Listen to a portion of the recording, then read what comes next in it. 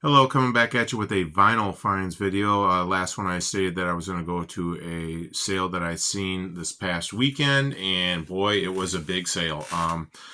They had a sidewalk sale, and they had about 20 boxes of records, $2 records out there, and it started at 10 o'clock. I didn't get there till like 11 o'clock, and there were already a lot of people there, so who knows what was. But I ended up picking up a lot of great records, and then they had about 10 boxes of sealed stuff that was 50% off that they were trying to get rid of.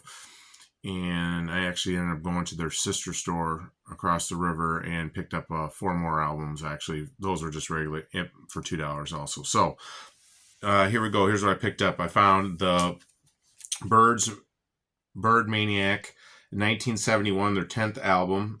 Was number 46 on US Billboard on the Columbia label. And the record, it's when the group was, their 10th album. There only was Roger McGuinn was like the only original member left in the band. All Music gave it a 2 out of 5 stars for this album, but it's a good one to find for just pick up for $2. Then I found this was in some different kind of shape, but for $1.67, I really didn't care. Is the iconic one of the founders of classic rock and roll, Little Richard. Picked this up on the specialty label. It's in. I put in that it played through actually, and this is 1958, just titled Little Richard. It's on mono. His second album. The big hits are Good Golly Miss Molly, Lucille, The Girl Can't Help It, and All Music gave this 4.5 out of 5 stars, and Rolling Stone guide, the Rolling Stone magazine guide, gave it 3 out of 5. But 9 of the 12 tracks of this album charted actually back in 1958. So there's that one, and then I found the second one. There's his third album, 1959, on the specialty album, just the fabulous Little Richard. This is his last during the real rock and roll period, 1959. Kansas City's on here and a whole lot of shaking going on. This was kind of his last album that he did, because then he returned to actually gospel singing into his roots, and then he rescinded his decision in 1962 and came back to produce some albums, but he kind of really lost. That was when his heyday. So this was released 17 months after he left Specialty Records label, and it's All Music's got it rated. Everybody's got a 3 out of 5 stars on it, but this one's in better condition. It played all the way through. Some surface noise, but to be expected on it. So pick those up. I do appreciate the older artists and the founders, and those would be Elvis, Carl Perkins, Jerry Lee Lewis, Chuck Berry, Little Richard. Those are the guys. Those are the kind of the big of rock and roll, basically on that. So the next one up was, I just picked this one up because I figured I'd buy it. I've seen it everywhere. I never buy it. I just went on a whim. It was Beatlemania, the 1978 2 LP and Arista label, the original cast. It played on the Billboard 200 and then dropped in 1979 or in 78, and then in 79 there was a big lawsuit against them. They got sued for 5.6 million plus 7% from September of 1979, and then the film even was liable for $2 million, and this went to the Apple Corporation. So don't mess with the Beatles. So there's that one. This one I found, the Jay Giles Band, Hotline, their 6th album. It's got this cover on it, and it's got this little thing that you pull this up, and there's the phone. So that's kind of the appeal to it. It was number 36 on the Billboard. It's blues rock. It was like, when I was looking it up, they gave it like 3.5 stars. So on that one, but it was just nice to have Jay Giles Band. I didn't see it. I don't usually see it anywhere, so I picked that one up. This group I just picked up because I thought the design looked pretty good. Axe with the AXE, Nemesis. It's a promo album. This was their 4th album. Was released in 1983. Was on the Echo label, and it ranked. It only topped at 156 of the Billboard 200, and the biggest song on here that ranked in the top 200 or 100 was, I think you'll remember tonight, was ranked number 94. So they say it's hard rock. I have their debut album in here too also. Then I got Joe Walsh, You Bought It, You Name It, 1983 on Warner Brothers label. Rock, it's his 6th studio album. 48 was ranked number 48 on Billboard 200. Space Age, Whiz Kids was this big single off this, and it made to number 52 on the chart. But the album overall, they gave it a 2 out of 5 stars.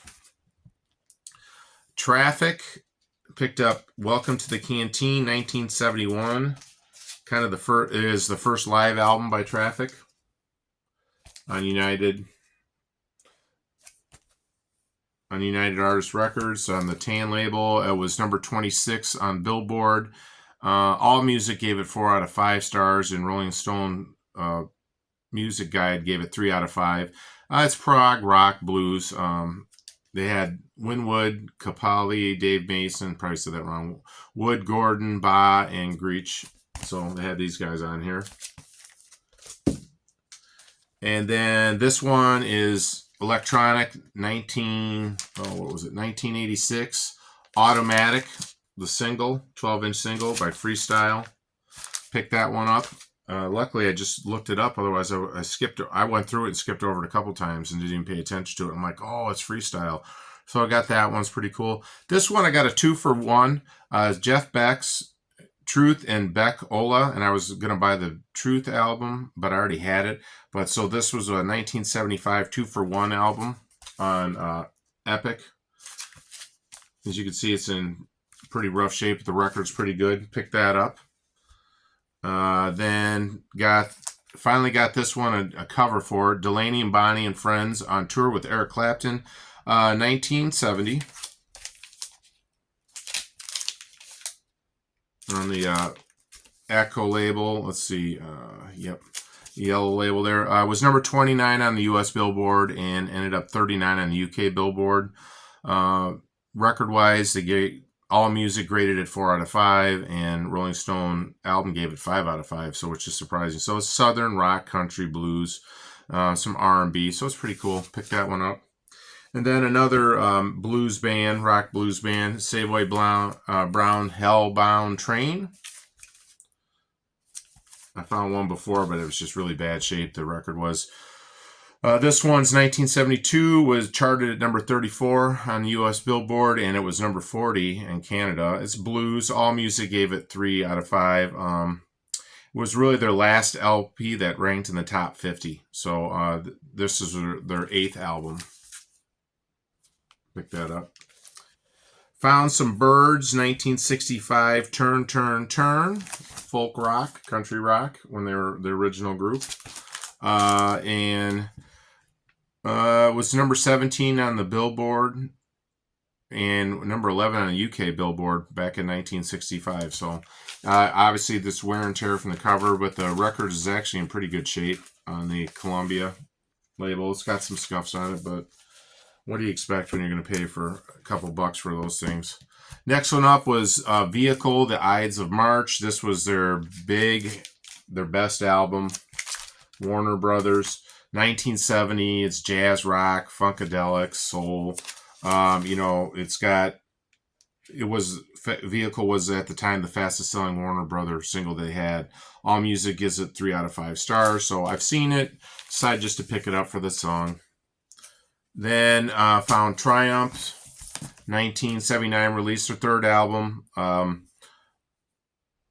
Lay It on the Line, Hold On were the big hits of this. All Music gave it 4.5. Billboard, it ranked number 48 on Billboard and is actually a gold record USA, platinum in Canada. So it's one of the biggest ones. The gatefold's pretty cool. It's got like a game board on it. So it's this.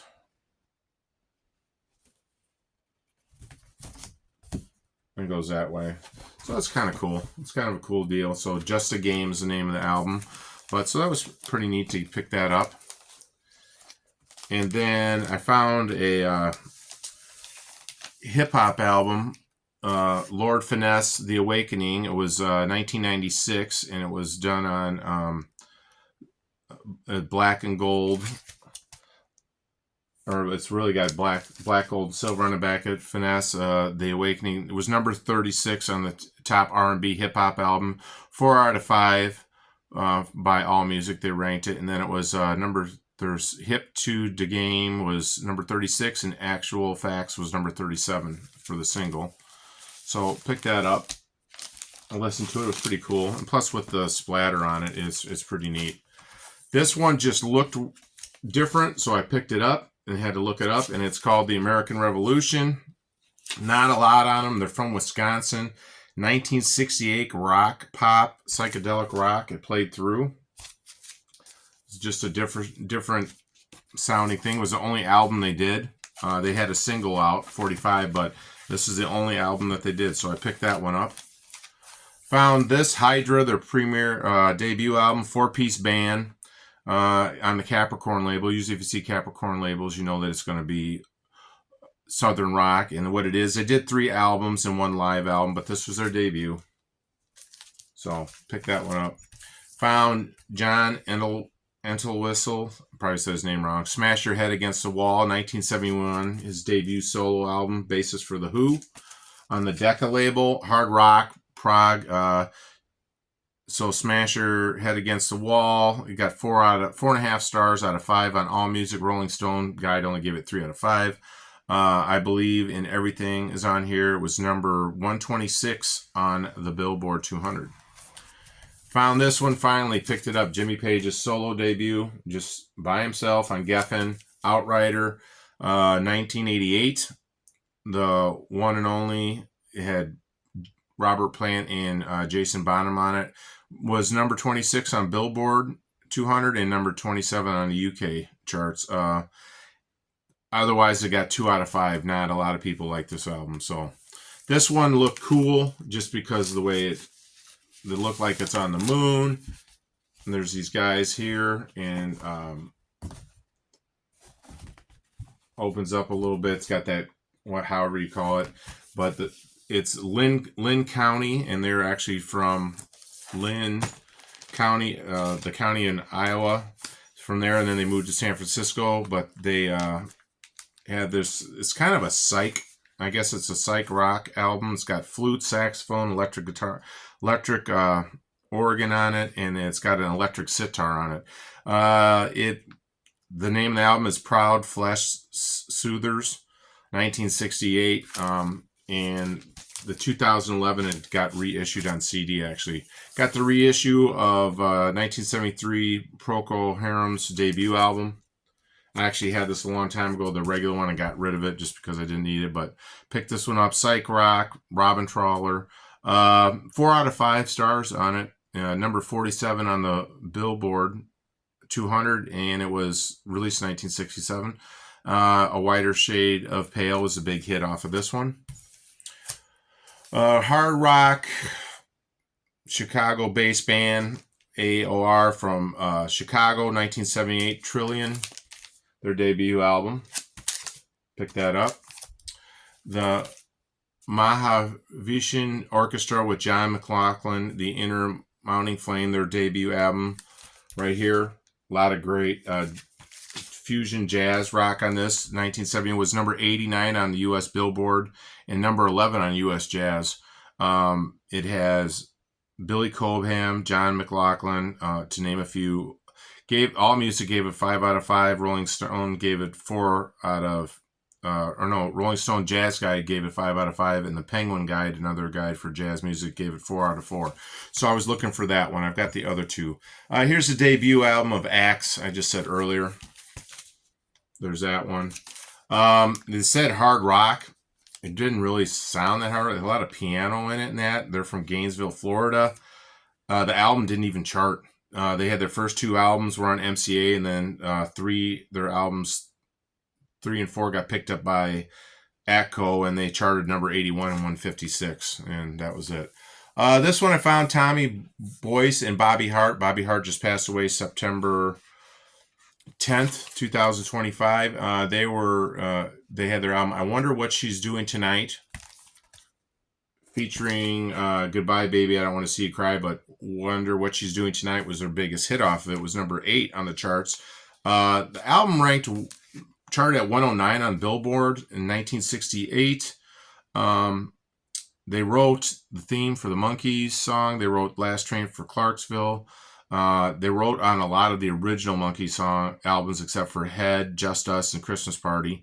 And so this was, and then later on they did a little tour with Davy Jones and Mickey Dolenz. So again, these guys, Tommy, Boyce, and Hart. And then I found The Wilderness Road. So this one just looked different. I had to look it up. It's the only album they did. It's 1972, and it's country. The biggest one is Sing Your Song to the Lord. I kind of like that song off of the album. But this was their only album, then they were done with it. Picked up KGB Motion Rock Blues. It was a super group. This is their second album. Their last album, Bloomfield and Grich, were not on the album, so it was just a one hit, 1976 Motion. Got 1978 Sammy Hagar, All Night Long live, his first live album on Capitol.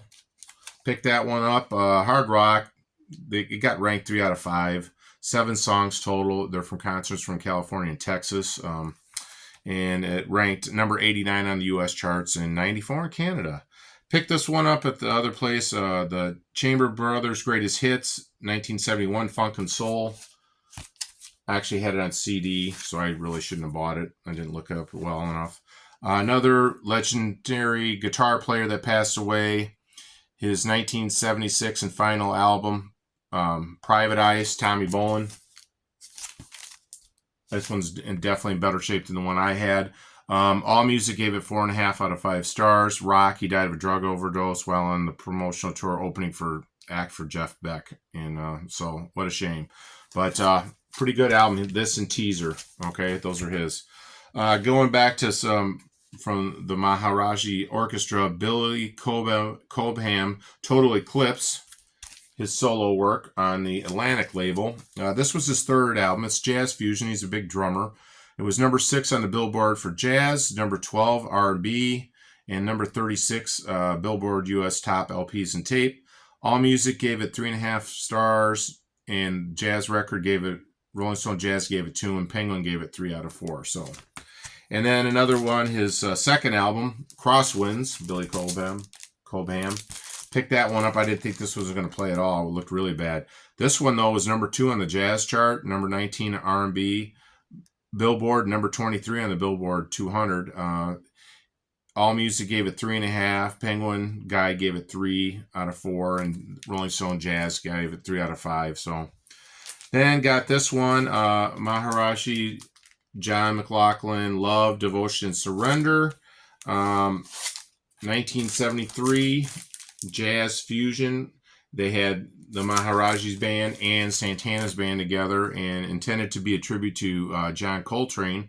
AllMusic gave it 4 out of 5 stars. The Rolling Stones Jazz Record only gave it 2 out of 5. It ranked number 14 on U.S. Billboard, and in the UK it was number 7. So I listened to this one. It's on the Columbia label. Quick show. It sounded pretty well. It was a scratch, and I was worried about it, but it played through. And then this one is Sunshine Band from New York. It's kind of like pop rock, and it's called The Pipe Dream. It's their only album they did on RCA, and it was 1969. The album's titled Wanderers and Lovers, and so one side's is Love Song, Lovers, and the other's Wanderers. It's just a Sunshine Band from New York, a pop band. That was it, their only album that they did. So I picked that up just because it seemed really different. It was VG Plus near mint. Actually, it was. So, and then here's the debut of the KGB band with Bloomfield and Grich, Kennedy, Carmine Appice, and Ray Kennedy. And then this is their first one. And then they did another one, and Bloomfield and Grich, they left the band. So that super band went down the drain. And then this one I just picked up at a record store. It looked interesting. B-Box Deluxe, Live in the Air Age. They're like a, I guess, rock prog art band. It was this ranked number 10 in the UK and number 7 in the UK indie charts. It's a compilation of basically several of their concerts mixed on this album. They did a re-release from Hammersmith, and that's exactly from it. But this one is a combination of all of them, and I just looked pretty neat. And people said it was a pretty good live album, so I went out on a limb and picked that one up. Got paid like on that one, picked that one up. So it's pretty decent shape. It was on sale, so that's why I picked it up like anything. So those are my album finds. I know there were quite a bit. I know it's a long video. I hope you stayed with it. I hope everybody's having a great time pursuing music and finding different musical tastes and genres and adding them to your collection. God bless, as always. Stay classy, VC.